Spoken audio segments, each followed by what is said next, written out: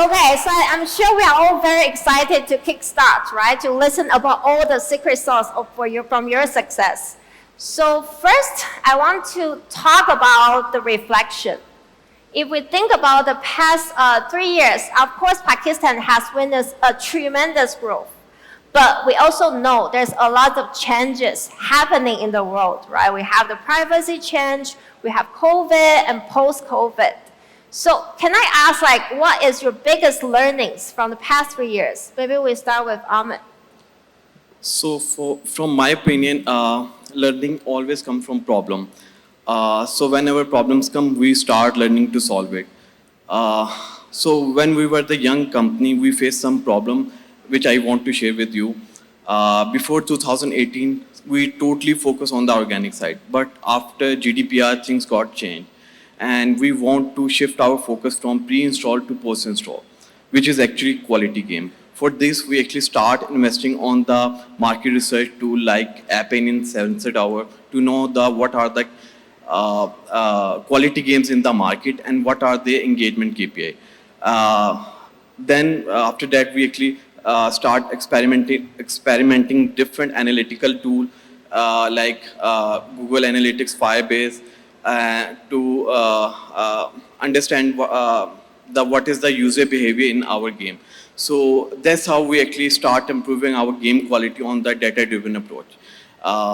Second problem is when after post-pandemic and privacy, we face a huge downfall on the ECPM side, which affect our revenue. So to solve this problem, we actually work on the game LTV side, how to increase our game LTV. For this, we actually start focusing on two areas. One is the ECPM and second is the ARPDAU. For ECPM, we use some advanced monetization strategy and experiment different mediation network, then partner up with ad mob mediation. And for ARPDAU, we actually focus on how to increase IPU side, especially rewarded ad scenario in our game. So that's how we actually start improving our game LTV.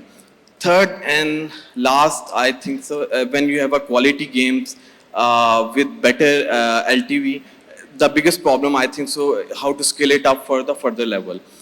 For this, we actually start working on the user acquisition side and want to shift our focus from organic user to paid user.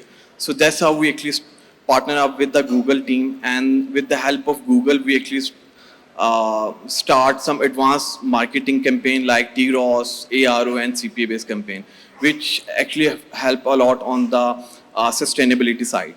After that, to increase the scalability, marketing scalability, we introduce different MMP in our game and then partner up different marketing channel. So this is our learning, and with each problem we learn a lot, and the battle between problem and learning are still going on. Right. Thanks so much, Ahmed. Yeah, we heard about products, right? The quality of the products. And we also heard about the analytical foundation. That's very, very, very important. And lastly, it's about effective marketing solutions. Yeah. Thank you so much, Ahmed.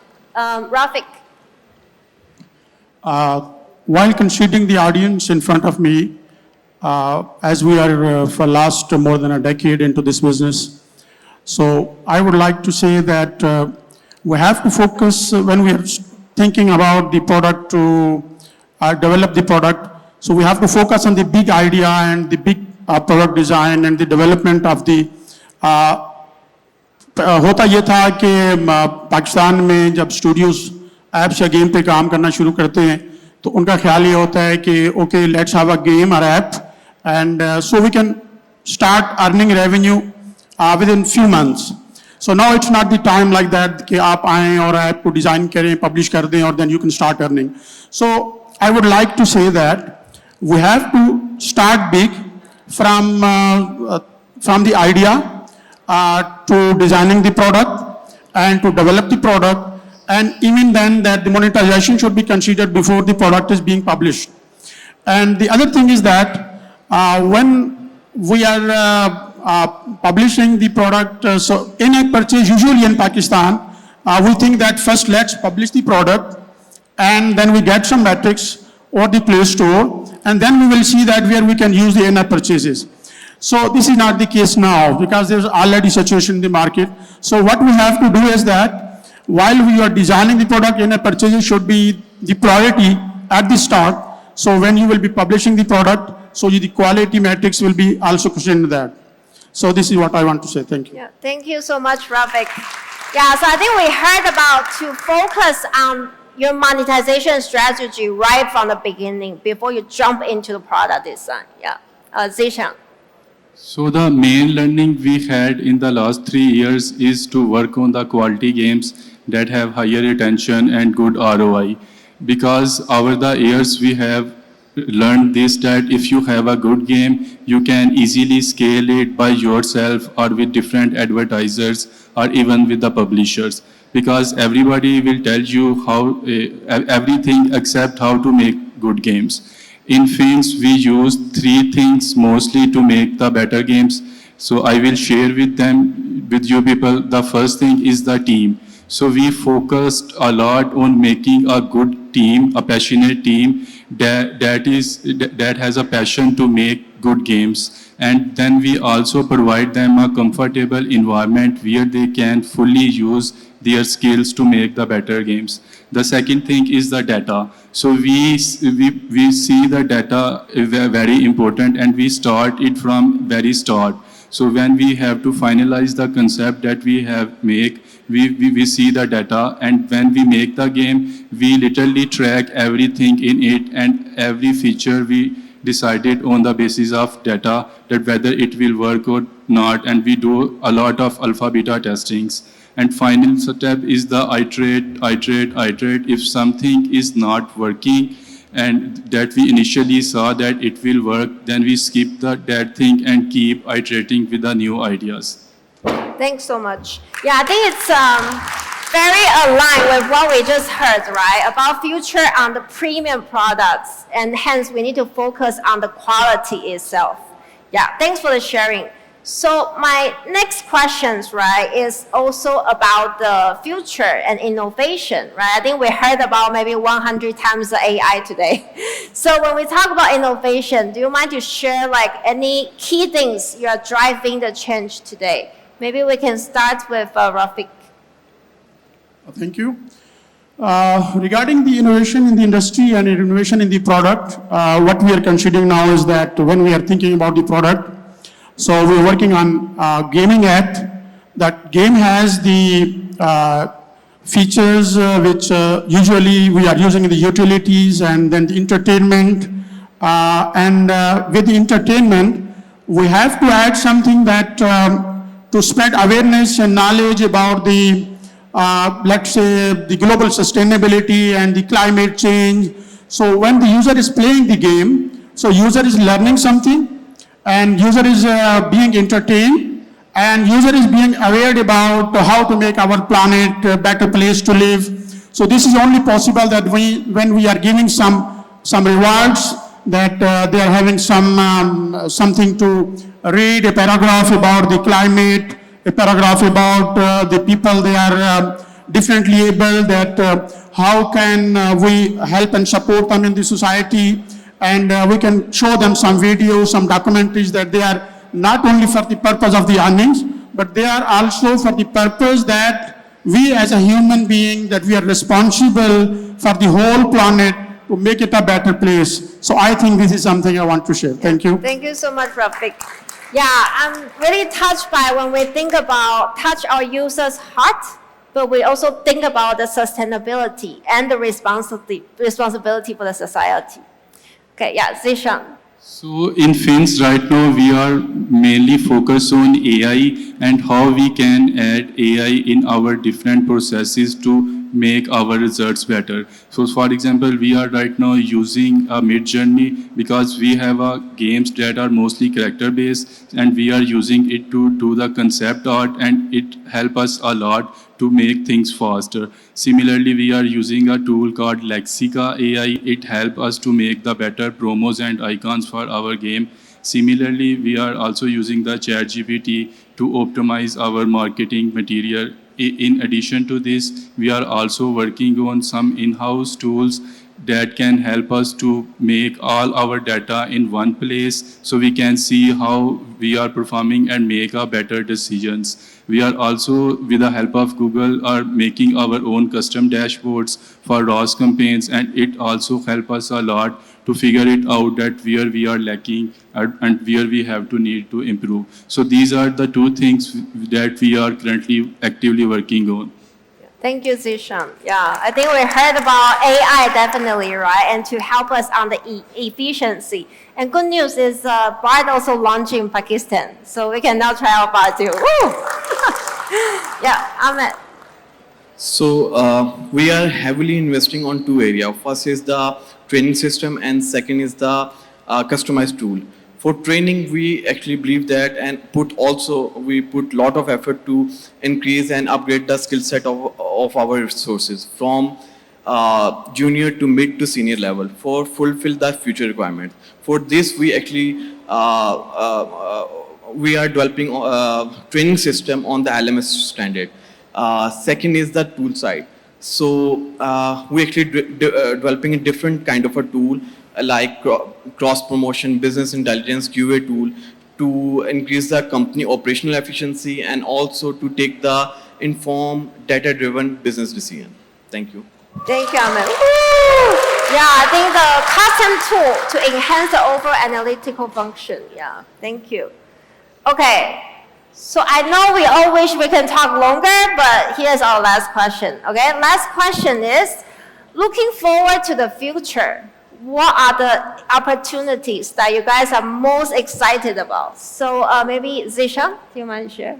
So I will think that I will say the most excited thing for us is the hybrid casual games, because in Pakistani industry mostly our games was between the hyper casual and casual games.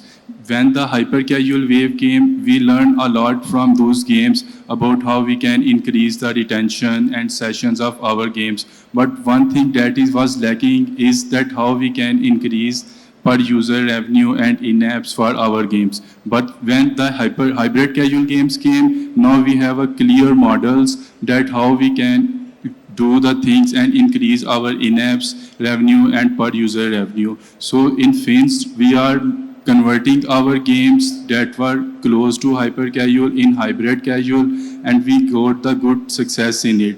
The second thing we are working, and I am also very excited about this, is the puzzle games, because in puzzle games there is quite a variety from simple to complex puzzle games. And in Pakistan there are also few studios that got a quite good success in puzzle games.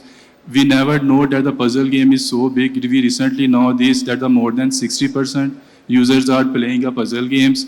So now we also decided to work on this. So I think the hybrid casual games, converting your current games in hybrid casual games, and the puzzle games are the two things that by working on them we can earn a lot of profits.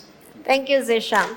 So yeah, it's amazing, right? Hybrid casual. I hope everyone remember it. And also new genre, right? Possibly puzzle. That's where the IP is. Yeah. So next, maybe Ahmed. So from my opinion, opportunity, every day lot of opportunity bonds, and every day a lot of opportunities die. So it is just pick and drop what you have choose.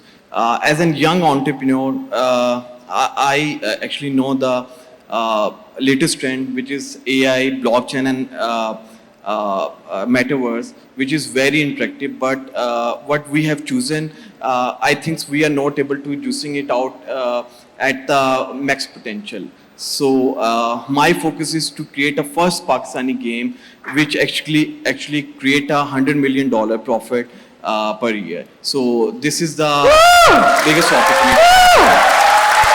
Thank you, Ahmed. Woo! Oh my God, I just feel so excited when I heard $100 million. So yeah, definitely, I think we should focus, right? There are so many opportunities. How can we focus and drive that impact together? Yeah. So lastly, Rafique. Well, regarding opportunities, I would like to say that in 2023, if we don't consider artificial intelligence as an opportunity, the most innovative and the modern, so artificial intelligence is something that you can integrate it from idea to development to monetization to marketing to everywhere in the product and as well as in the businesses. So the second thing is that I see the rapid increase in the smartphone users globally, and especially the addition in the smartphone users is from the low GDP geographies. So when they add into the smartphone using, so they are actually expecting something to meet their criteria of the smartphones. So when we are producing the product or designing the product, we are considering the high-end and the mature smartphone users, like they are using the iPhones and they are using the Samsung Galaxies and the very high-end smartphones. So those, they are being added into the smartphone users, new users, so they don't have that strong smartphones. So when we design the product and we consider them, so it is an opportunity that we should focus on it. And the third thing I would like to say that compared to the last years before COVID and after COVID, the big difference is that now Google is coming to Pakistan. And before that, it was, we were behind Google and we were contacting them and there was no response and there was no bigger team. A couple of years ago that there were only few people. I think 2, 3, 4 people, so we were chasing them and they were not in the reach and we were really facing a lot of trouble because of, so now they are here, they are sharing the insights with us, they are sharing the knowledge with us. So they are telling us to go to this area and this is going good and this is going better. So I thank Google team that coming to Pakistan, and this is really an event that we needed it actually long ago. So I hope that these kind of events will not only be annual, but they will be quarterly here, and the Google team will be more and more focused to the Pakistani industry. And once, if people want something from Pakistan, that we should achieve something bigger, so they should extend their support more to us. So we are ready to compete with the Vietnam market, and we are ready to compete with the Turkish market, and we are ready to compete with even the Western market. So US is not far. Thank you, and thank you very much. Thank you so much, Rafique. Whoa.